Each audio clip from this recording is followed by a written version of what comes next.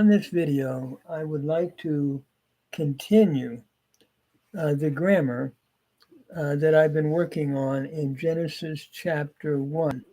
I'm at verse 14, and I'm going to be reading the Hebrew, doing vocabulary, then doing a grammatical analysis.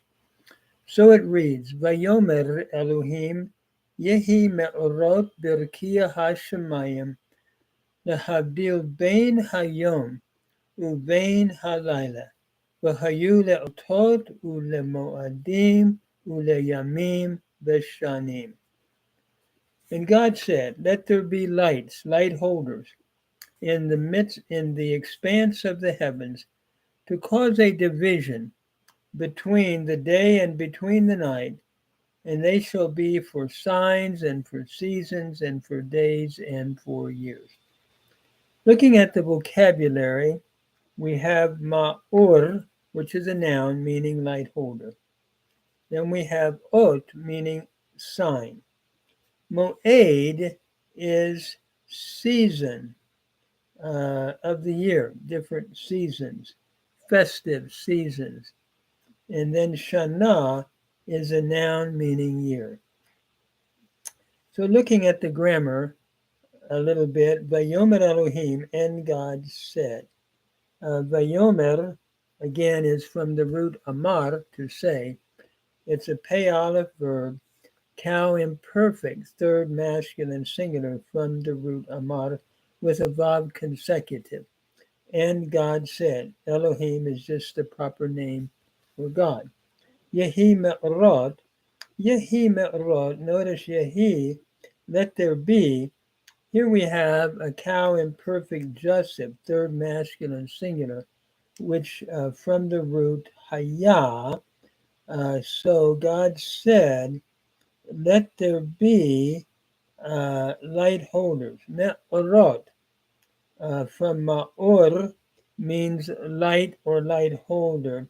And notice me'orot, notice the ot ending shows we're looking at a feminine plural. Im is masculine plural, ot is feminine plural. So Yehi me'orot birkiya hashemayim, in the expanse of the heavens. Notice birkiya, be is your preposition. Rekia means expanse, and it is in construct with hashemayim. So in the expanse of the heavens. Two nouns in construct, you put up between them. It's almost like the genitive in Greek, the book of John. Then we continue, lehavdil bein hayom uvein halayla. Lehavdil, to cause a division. Notice here, badal means to divide. And the lamed here is showing that we're looking at an infinitive. It's a hifil infinitive construct. Notice the hey is indicative of a hifil stem that's causative, and you have your a, I vowel pattern, thematic vowel pattern, your pasak under the hey, followed by the hirik yod. So we're looking at a causative, hence a hifil stem.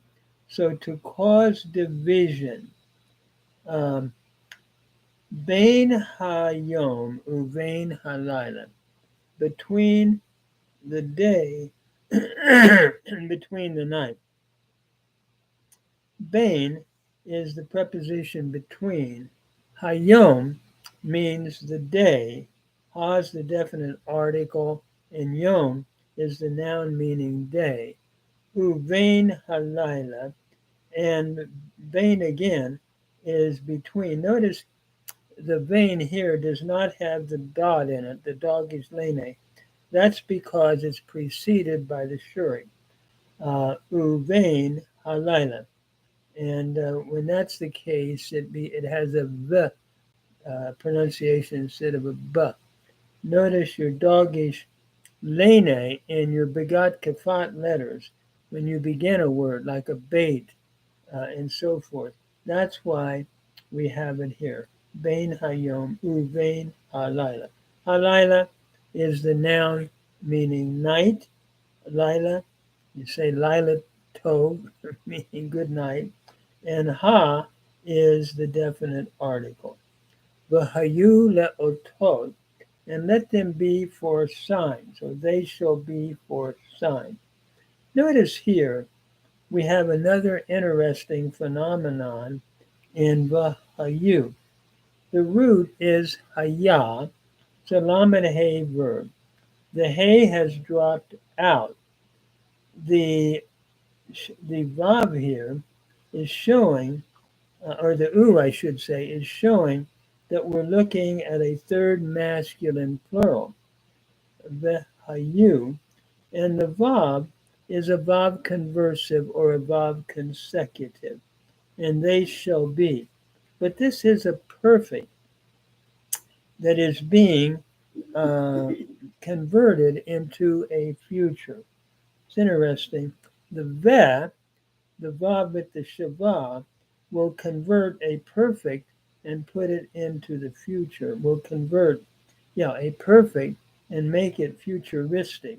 Where the Vav with the Patha, takes the imperfect and puts it into the past. Vayomer, and God said. So we parse this as a cow perfect third person plural from Haya, a Lamed Hay verb, with a Vav conversive or a Vav consecutive. Hence, we would render it, and they shall be for signs.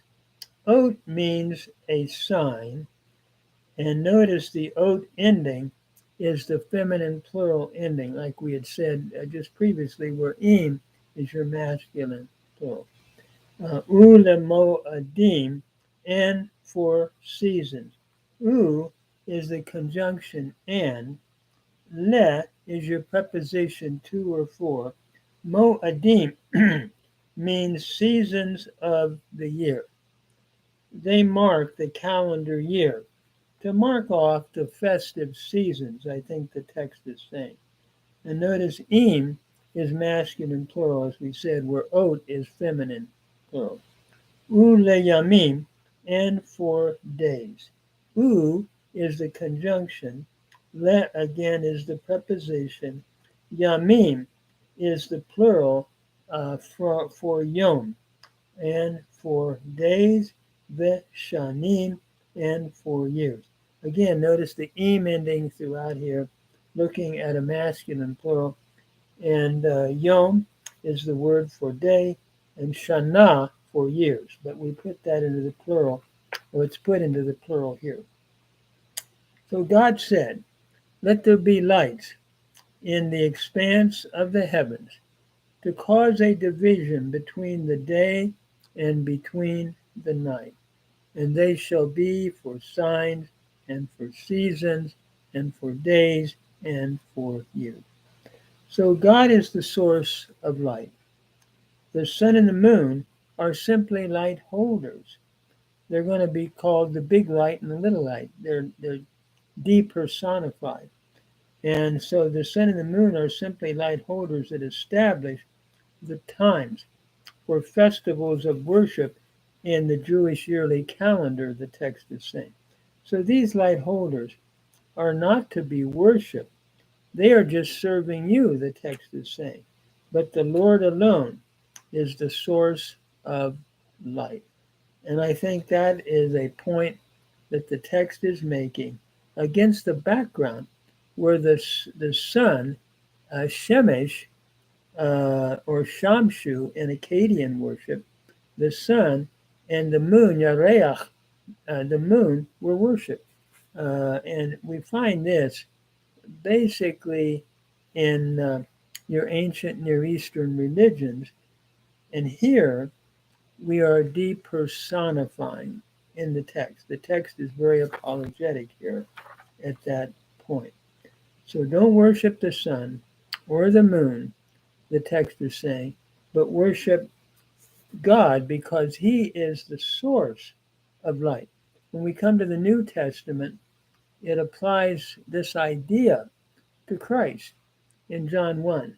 In him was He is the light of the world, for example, in the Gospel of John. And the light shines in darkness, but the darkness could not mug it or put it down. So again, the New Testament applies this to Jesus Christ in the Gospel of John, and especially in John 1.